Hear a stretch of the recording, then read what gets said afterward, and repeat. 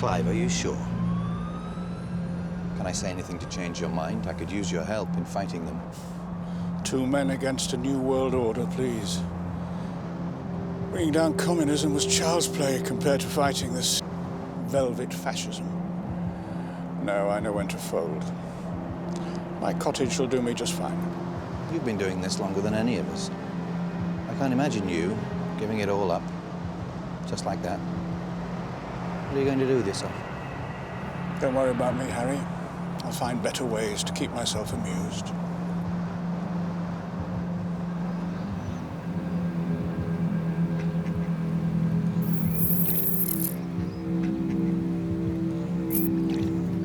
You didn't need to do this.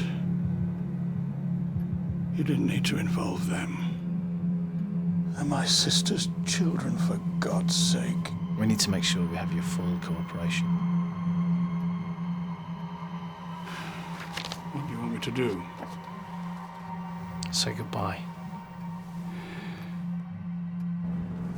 It won't even make it to the front page. 10 grand, 10 grand! What's she been smuggling? She shagged a footballer, for God's sake. She didn't find a cure for cancer. 2 grand, non-negotiable, end of story.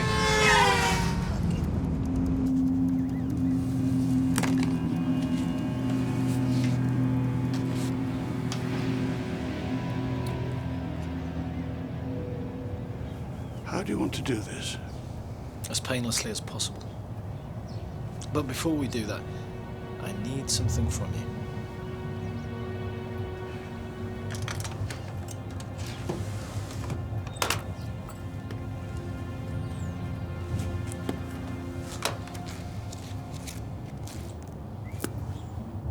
Shall we?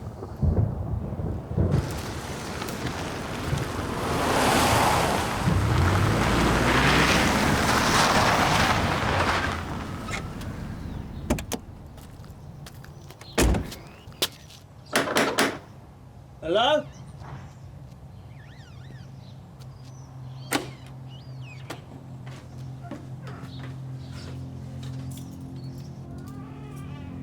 Hello?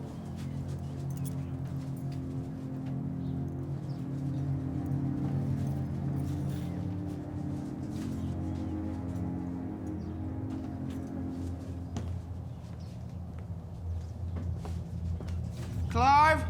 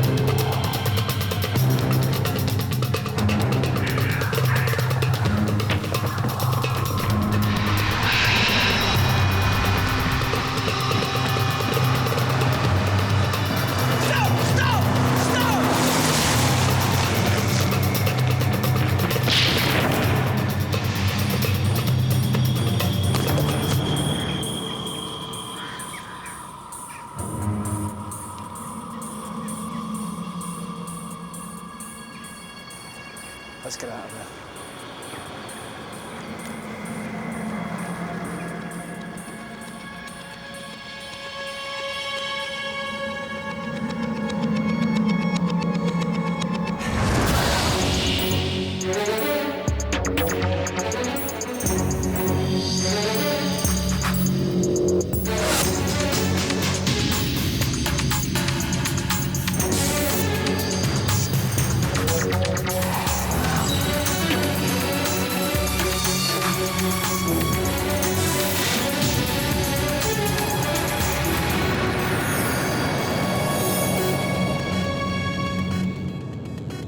Somewhere among these bright young things is your new field officer, Mr. Carter, and your 4 additional desk officers, Miss Evershed, courtesy of the Home Secretary's timely recruitment drive.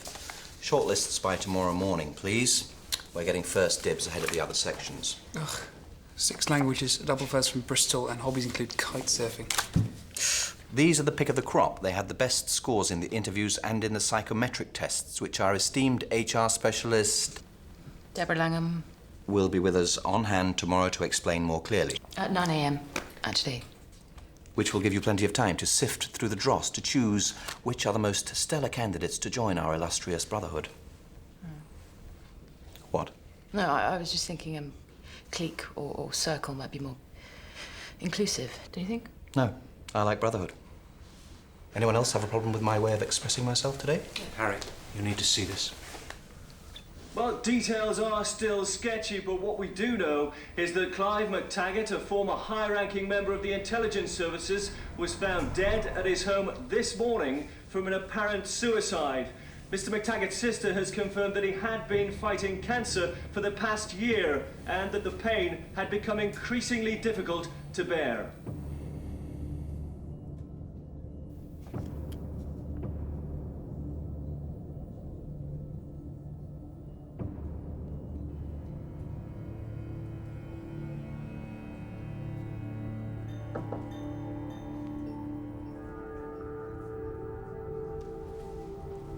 Are you okay? Yes.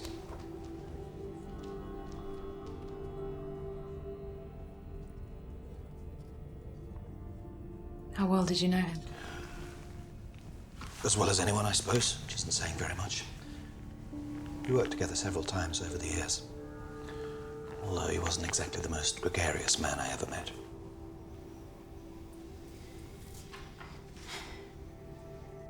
If you feel like you want to talk to someone, I don't have any plans later. You know. Thank you, Ruth, but I've got to return a few calls. Nothing like a sudden death to bring old friends out of the woodwork.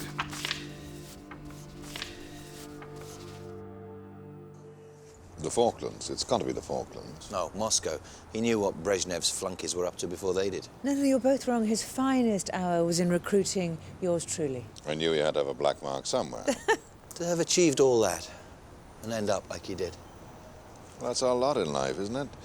To toil away in the darkness and keep our ever-shrinking realm out of harm's way before withering away in some godforsaken cottage. I'm talking about his state of mind, his disappointment. We let him down. Times change, Harry. He fought a different kind of enemy, one that had a face. You ever get the feeling that the face you're looking for is staring back at you from the mirror? Hardly. Unless I've come back from some war-torn hellhole with the mother of all tans. Were you surprised when you heard he'd killed himself? I mean, I know bowel cancer can be extremely painful. Well, I think once the cancer had spread to his liver, he knew it was a matter of months, weeks even. You knew about that, right? Of course.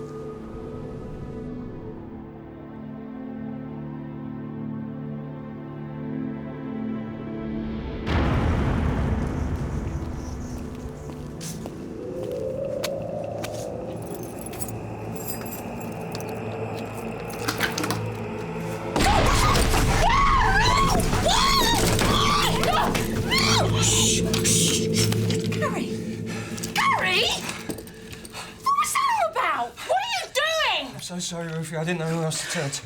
I'm in trouble. Why am I not surprised?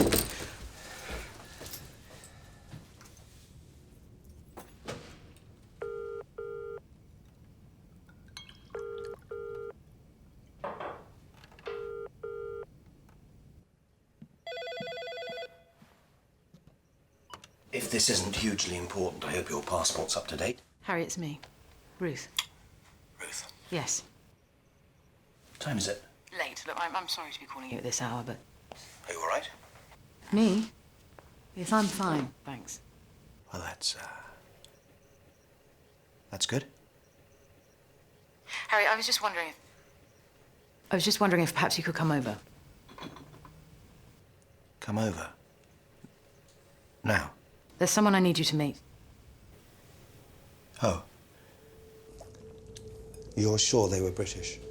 Well, put it this way, they weren't Al-Qaeda. I still don't understand what you were doing there in the first place. I mean, forgive my scepticism, but of all the reporters out there, why would Clive McTaggart call a reporter from a tabloid newspaper that has a, shall we say, less than exemplary reputation? Well, me or the tabloid? He knew I wouldn't back off the story. And exactly how did he know that? About 10 years ago, I got wind of a story that he was involved in. The government didn't want it publicised. Yeah, that was when we first met. It took a lot of convincing and cajoling to get me to kill it. But you did kill the story. Well, I like the guy. Besides, it wasn't that great a story. And this way, he owed me one. Tell me what he told you. Exactly. Well, it's not something that happened. Call sign. Zulu Papa Uniform 371. Connecting you. Is it done? No, sir. He's not alone. He's with the spook. You need to hear this. He said he was getting more and more despondent about the way our political system's degenerated, you know. The lies, the spin, Iraq, the whole politics of fear thing. Dirty bombs, all the other fantasies this government keeps coming up with to justify their existence, make themselves look like self-righteous heroes. He called it... Velvet fascism, I know. Although I doubt the people of Manhattan would necessarily agree. It's Harry Pierce. Oh, please. 9/11 is the best thing that ever happened to you people. The line between fear and complacency is a thin one. But fear's much better when it comes to getting votes, isn't it? Anyway, he decided to let the cat out of the bag. He told me he'd spent the last year writing a book. He said he thought the country could use an injection of hard truths. He told me he wasn't going to leave anything out. Regardless of the Official Secrets Act. Did he give it to you? That's what I went out there for.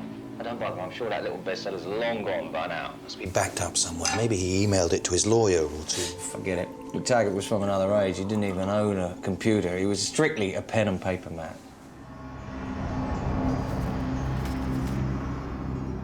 Oh, my Christ. And there was something on the table right next to him, like a big notebook.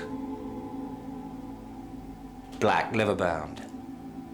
You can't stay here. Why not? I'm safe here. Nobody knows I'm here. It's out of the question. Tell me you're not carrying a phone. Yes, why? Give it to me.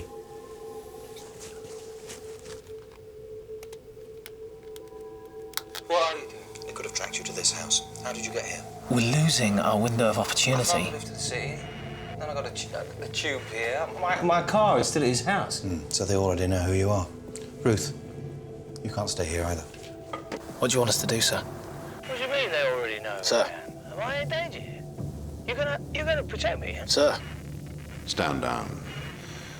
Stand down and get out of there. Understood.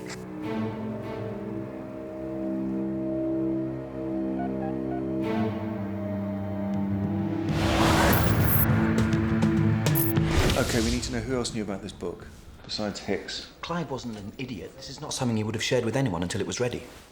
Hicks might have. Do you think he might have let others in on his little secret? No, I doubt it. If anyone knows the value of a great scoop, it's Gary. Hicks said Clive told him he wasn't going to leave anything out. Now, one line about a sexed-up intelligence report nearly brought the government down. We're not talking about one line here. This is a whole book's worth, straight from the horse's mouth. This is not about some lone spook wanting to stay out of the limelight. This could be a disaster for all of us, especially now. I want the bastards who did this, even if they work in this very building. Now use extreme caution and watch your backs. These people have access to the same toys we do.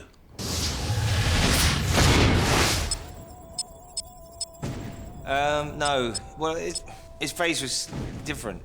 Different size. No, his mouth was sort of different. Different how? Well, I only saw the guy for a few seconds. I didn't date him, for God's sake. Sorry. McTaggart's phone line looks clean as far as I can tell. If they had a bug on it, it's been pulled. What about his mobile? That one's trickier. I can't tell you if it's had anything planted in it without seeing it, and given that I don't have access to And it. there are other ways someone could have been listening in without tampering with the actual handset itself. GCHQ. Let me see what I can dig up. We've got a couple of faces to work with. Ruth's figuring out a way of running them through our Intel database without raising too many flags. I ran a trace on Hicks's mobile. All the numbers that have been trying to contact him today are on his SIM card's memory, except for this one. They've tried 4 times this morning. You got a name? Joanna Portman. It's registered to an address in Camden Town. She's not with any of our agencies, and Hicks says he's never heard of her. We took a little uninvited tour inside her home computer. Whoever lives there has been busy Googling our Mr. Hicks. Look into it. Where are you going? I've got some cages to rattle. Harry. You sure that's a good idea? What if they tried talking him out of it? What if there was no other way? There's always another way. What if there wasn't? Clive McTaggart had more integrity than any man I've ever known. I can't let his murder go unanswered. I owe him that.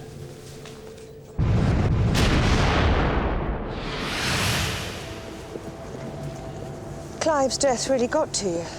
I just hope I don't end up spending my twilight years in bitter disappointment. I didn't realise you were that close to him. We were the occasional drink, a meal now and then at his club. Not that dreary place. He liked it. Said it was the one place he could trust not to bend with the wind. When he left, he told me he'd finally have time to read and to write. We certainly had enough material to come out with a cracking novel. I think an autobiography was more what he had in mind. Well, that would have been a waste of time. We'd have to leave out all the juicy bits. Not necessarily. If he really wanted things to come out, we both know it's virtually impossible to suppress anything in this day and age. And Clive had nothing to lose. Well, I suppose if he was going to write a kill and tell book, he's done us all a huge favour by dying before finishing it.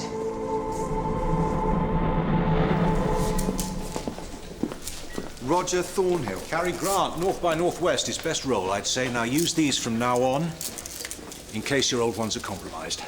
You ready? Let's go.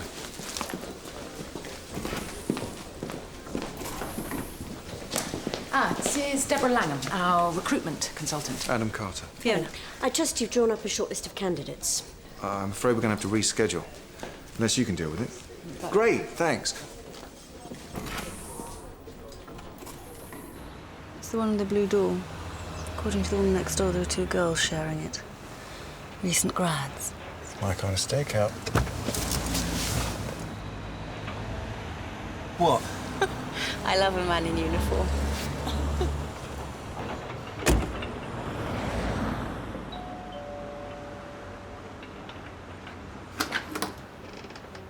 I'm here to read the gas meter. No, it's no trouble at all. I'm happy to do it. Okay. Thank you. Bye. What? Gas meter. Should only take a minute. Okay, coming in.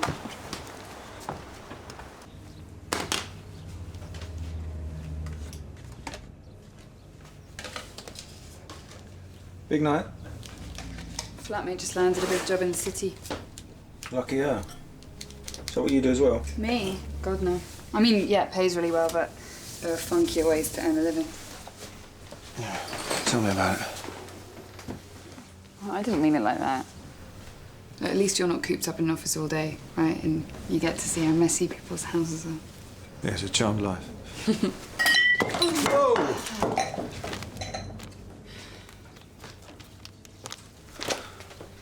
What do you do for a living then? I'm a journalist. Well, an aspiring journalist. I'm job hunting. Oh, good luck. Thanks. I'm gonna need it if people are gonna return my calls. Everyone's too busy, right? Yeah, I guess so.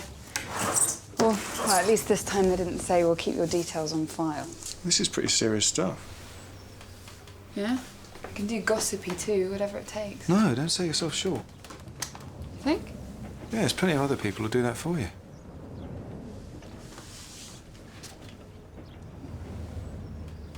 I should get going. This is gonna sound really stupid, but well, I get the feeling that there's a lot more to you than Just reading the gas meter. yeah. Sorry, I'm very nosy. I'd better go. Meets running. Yeah, something like that.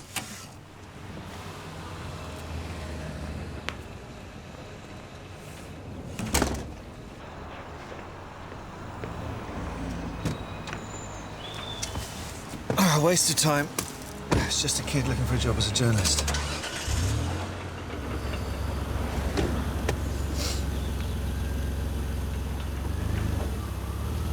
Let's go and check out the McTaggarts. Brought you some fresh coffee. Oh, thanks, darling. So what's the news? Have they figured out who they are yet? We're working on it. Well, that's it. That's it.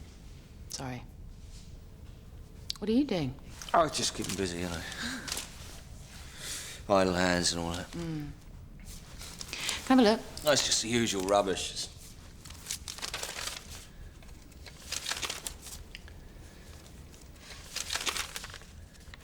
You're writing about what happened. Are you insane? Well, what else am I going to do?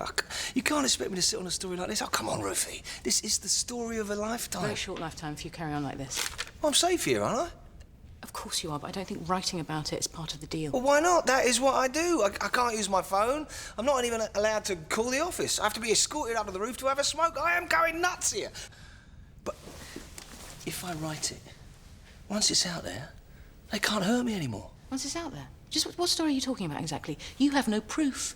You've got no other witnesses. Just think about it. It's nothing more than hearsay. Yeah, but, you know, once you get to the bottom of it, we'll have our proof, won't we? I'll get someone to drive you back to the safe house. You'll be more comfortable there.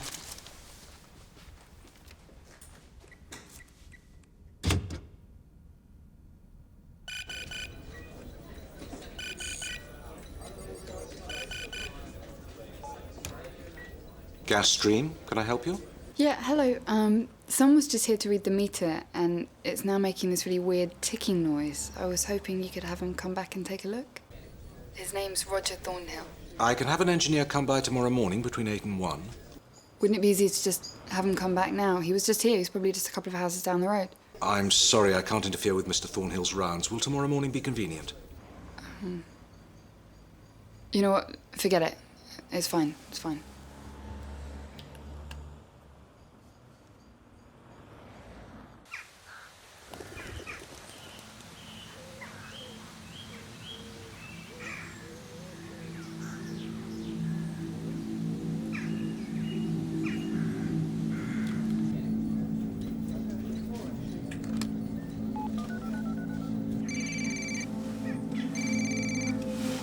Malcolm. I just took a call from Joe Portman. It seems that Adam made quite an impression. I'll let him know. What?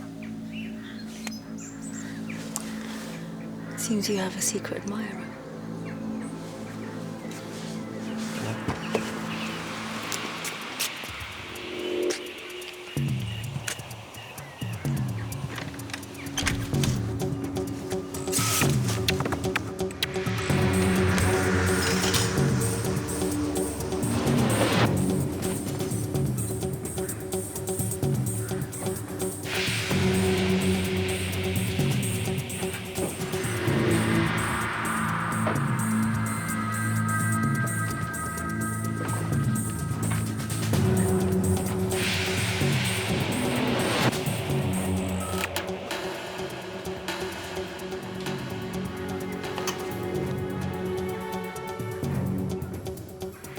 Doesn't look like there are any mics, no hidden cameras.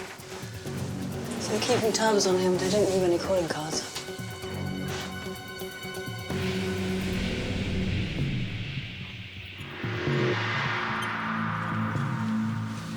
I wouldn't be too sure about that.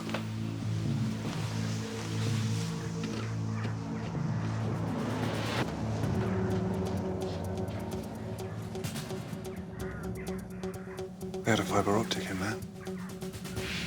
It's not something they picked up at Argos.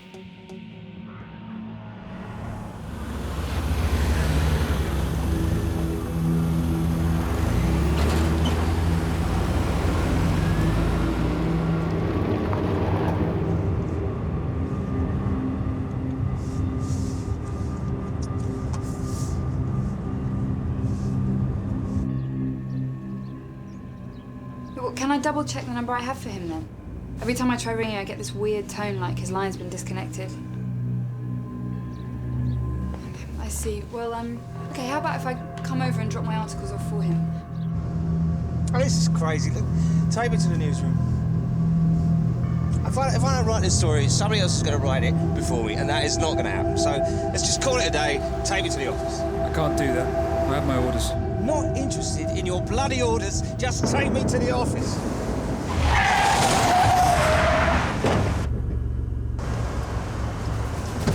Mr. Hicks! Hicks has done a runner.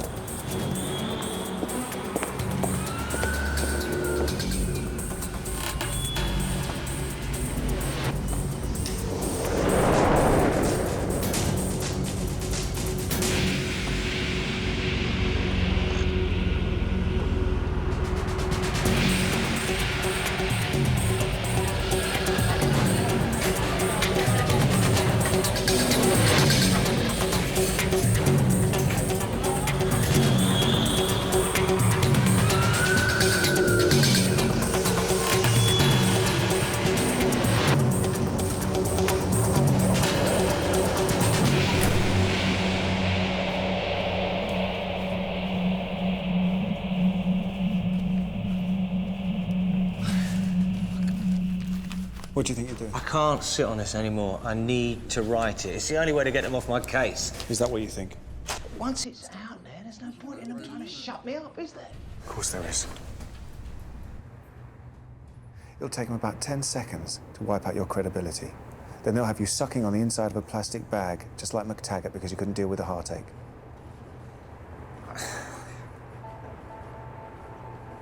Come on.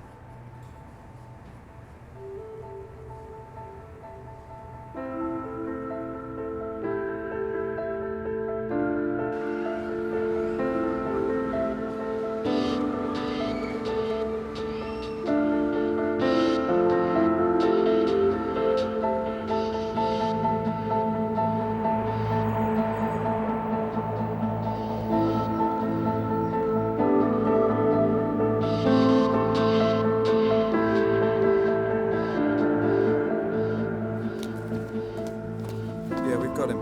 It's under control. All right, see you at the safe house.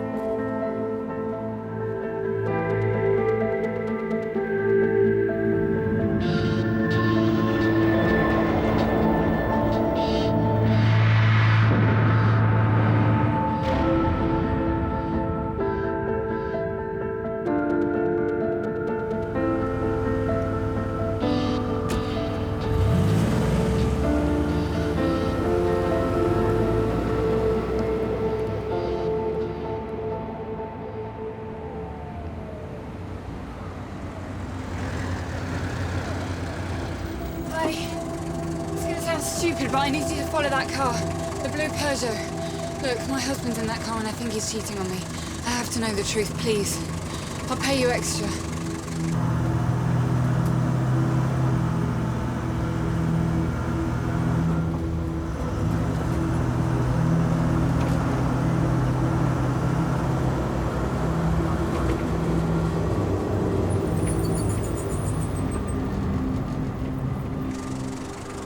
Thanks.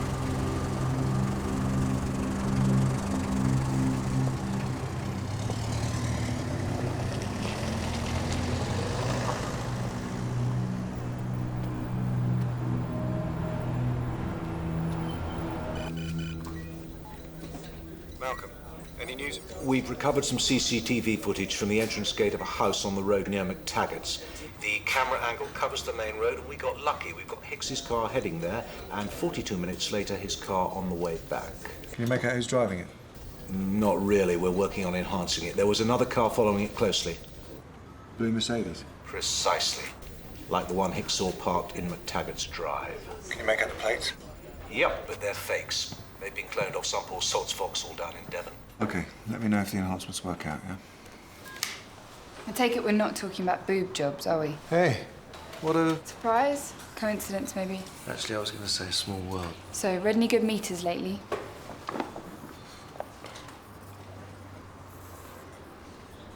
Don't be coy with me. I want to know why you were sniffing around my house posing as a meter reader, and I want to know why you whisked Gary Hicks away from his office and had him following me. Look, I don't know what's going on, but whatever it is, I'm guessing it has something to do with some dirt that Hicks has dug up on someone, and I want the story. Who are you, really? All right. I work for a private security firm. And Hicks... Well, you know Hicks, he has a talent for digging up the muck. So you're like a bodyguard? Yeah. Hicks is working on a story at the moment. He's annoyed a few people. So we're just babysitting him until the threat passes. Cool. I still want the story. You're too late. Hicks has already written it. It'll be in the papers tomorrow. Sorry. You still did a great job sussing it out there. I'll let him know. I imagine he'll pick up his phone after that. Look after yourself.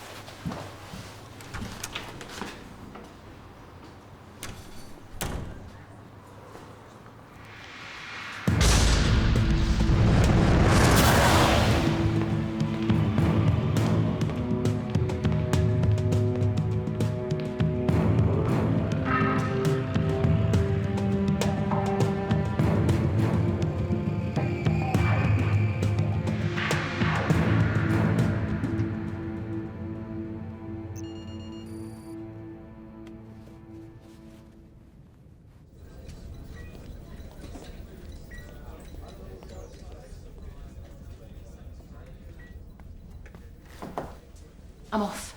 I take it your friend is behaving? Zaf's babysitting him. I think he's got things under control. Harry, do you really think we should be doing this? What? These people, they're obviously willing to do whatever it takes to suppress it.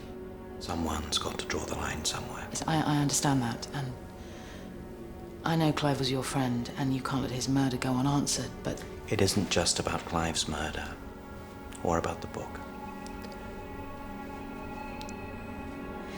Hicks chose me.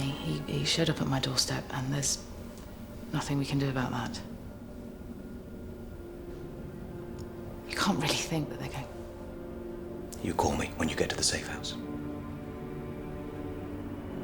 Right.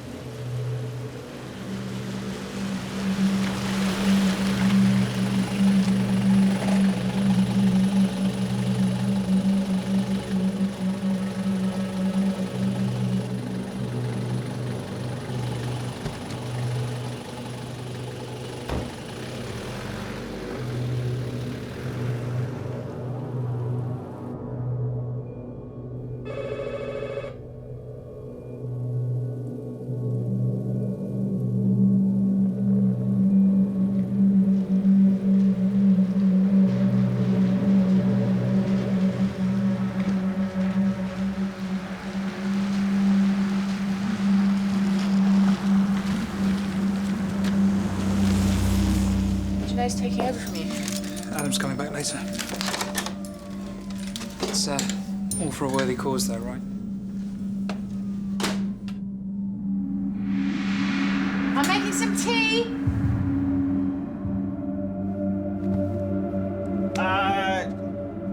No thanks, darling.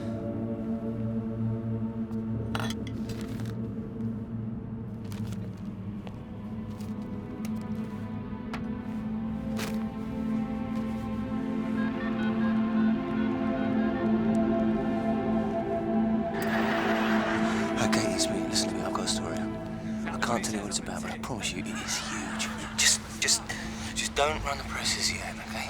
Give me someone I can dictate it to over the phone. Call you back as soon as I can.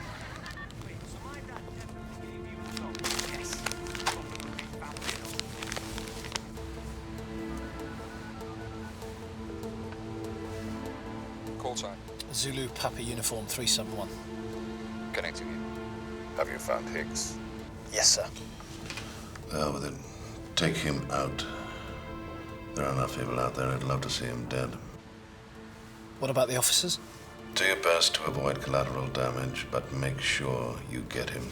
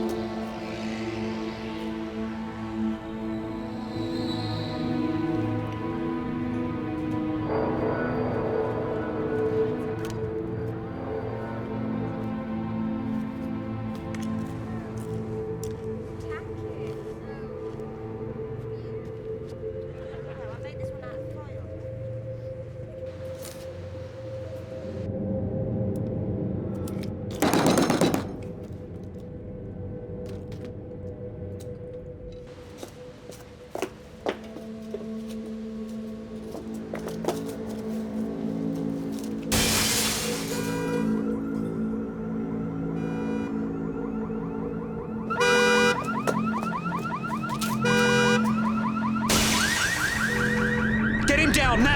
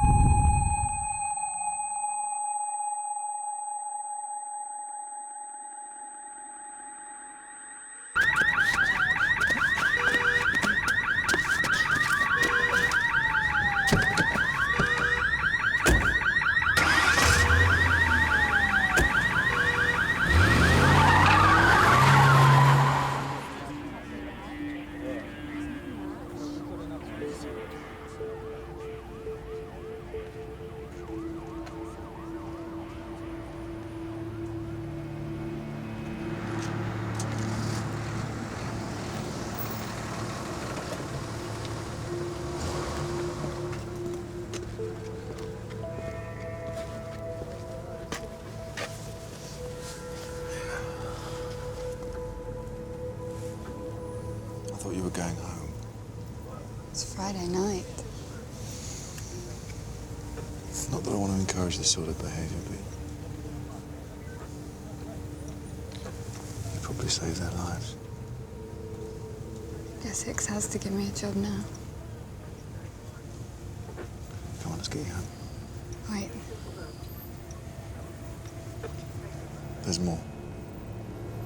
There's more.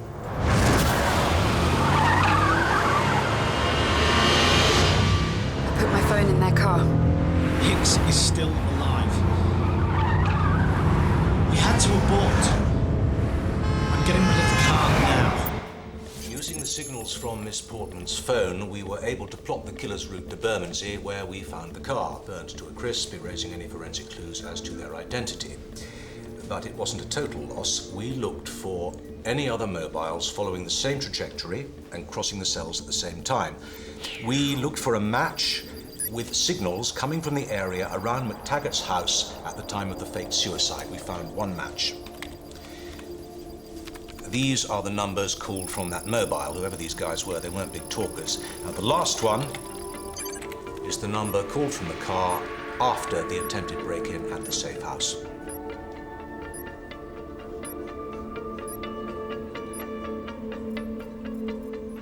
A number I believe we are all too familiar with.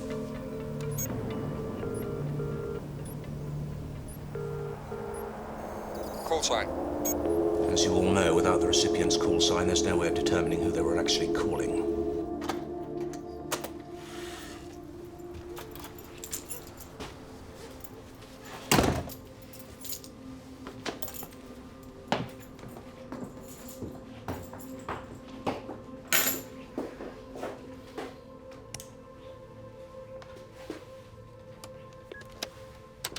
You have 2 messages. Message 1. Zulu Papa Uniform 371. Just hang on. Hicks is still alive. I must have hit speed dial by mistake when I was putting my phone in their car. And when I got home, I had a 20-minute travelogue waiting for me.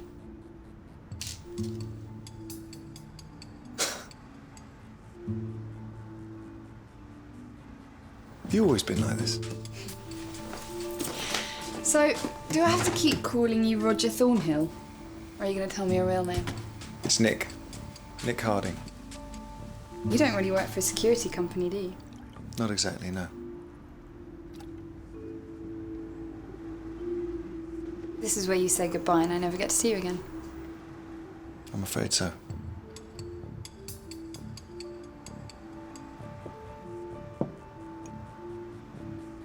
You were great. Just try not to share what happened with too many people, will you? My lips are sealed.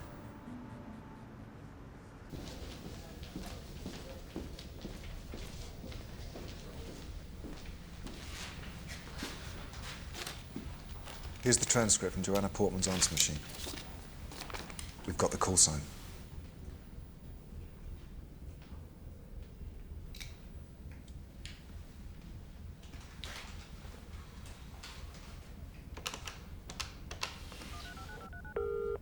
Call sign. Zulu Papa Uniform 371. Connecting you.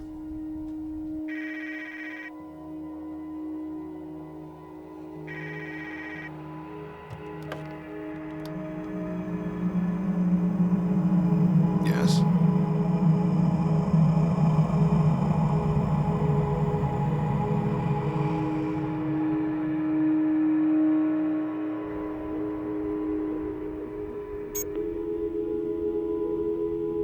It's Woodring.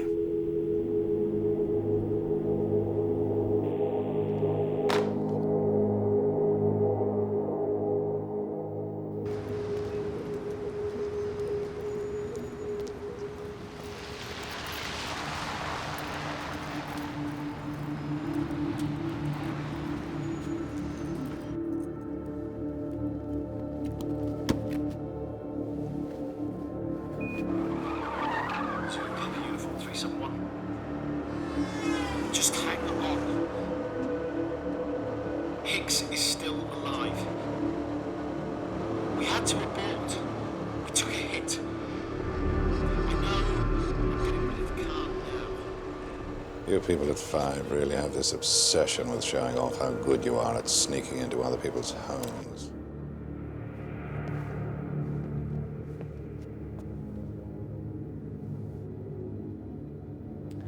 Did you try to get him to change his mind? Do you know anyone who ever managed to talk Clive McTaggart out of anything?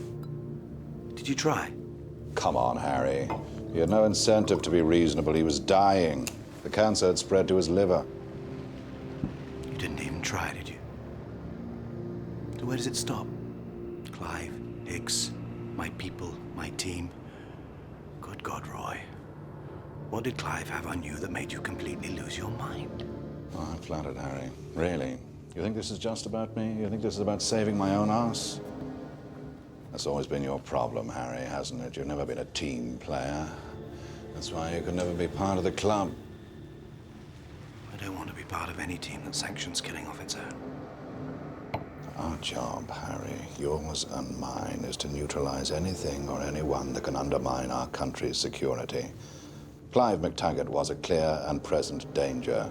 He may have been living in virtual exile, but he still knew the most intimate details of everything that was going on. His revelations would have been devastating. They would have weakened us at a time when we need to be strong. He had to be stopped.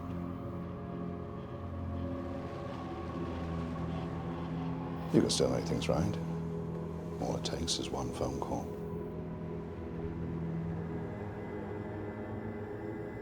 You want me to give you Hicks? He's got to go, Harry. I can do it with you or without you.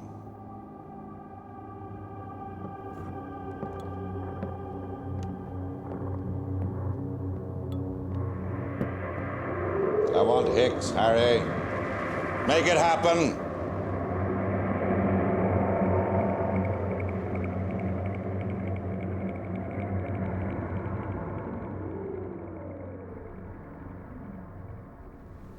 You're not part of the club. You actually said that.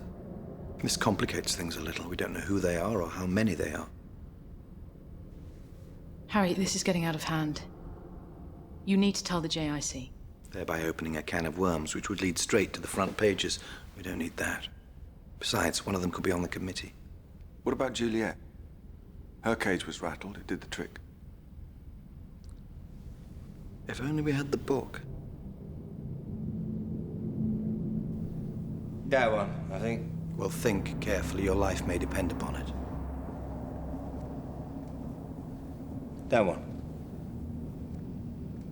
What about the handwriting? His suicide note. Is it enough? Plenty. Do it.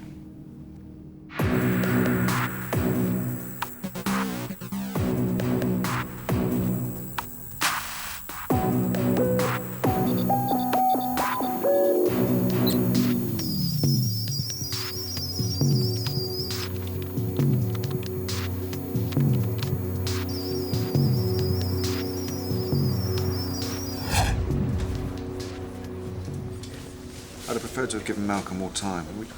We don't even know what the original looks like. And risk another close call like the other night. You're putting your life on the line based on nothing more than a guess. I'm going to be late.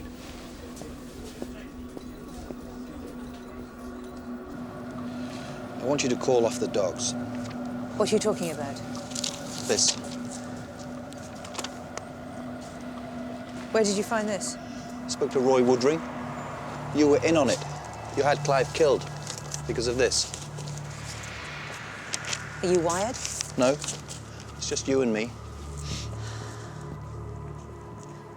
Roy found out about the book. He came to see me about it. We had to do something. He said he'd take care of it. I didn't know he'd go that far. But you and your little cabal were happy to see him get away with it. We've all got a job to do, Harry. Sometimes it's not a particularly pleasant one, but it has to be done. Clive was brilliant at what he did. But his job, his duty to you, to me, to the whole country, was to take his secrets and any misgivings he had to the grave. Instead, he chose to stab us in the back. We're better than that. You know what's going on out there. We're living in dangerous times. We're better than that. We should be. What you going to do with that? I'll hang on to it. And you will take care of Roy. You'll find some dark rock for him to crawl under, and you'll make sure his path never crosses mine again. Oh, come on, Harry. This is non-negotiable, Juliet. Fine. You'll make sure nothing like this ever happens again on your watch, and you'll leave Hicks alone. Since when did you care about a maggot like that? You'll call off the dogs. This ends here, now, all of it. Unless you want to see this hit the presses. You wouldn't do that. Try me.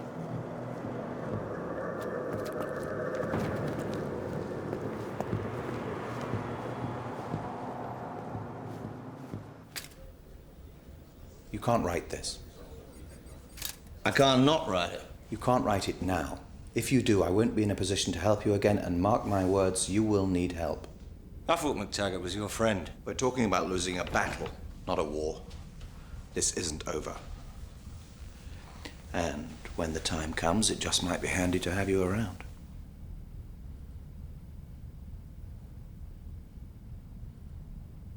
All right, that takes care of the desk officers. What about the field officers' prospects? 7 languages, Zeph. You can't argue with that. Plus, we'd have one less harassment suit to deal with. They all have pluses and minuses, but we have to make some decisions. What about you, Adam? Adam? As long as the vetting doesn't flag anything too outrageous, the job's yours if you want it. You're kidding. No? Seriously. Seriously? It's not like a lifetime commitment or anything. No, you do it for as long as you want to. But you've got to want to. This is insane. Can you think of a funkier way to make a living?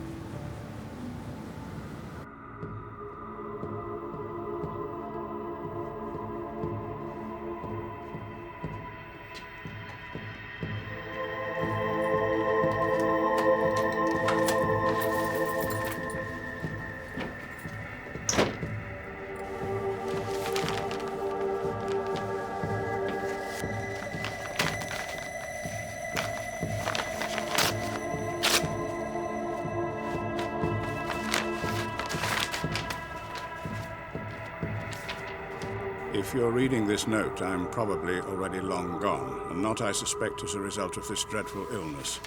I'm afraid I'm going to have to burden you one last time with this. I only ask that you do with it as you see fit. Yours, Clive.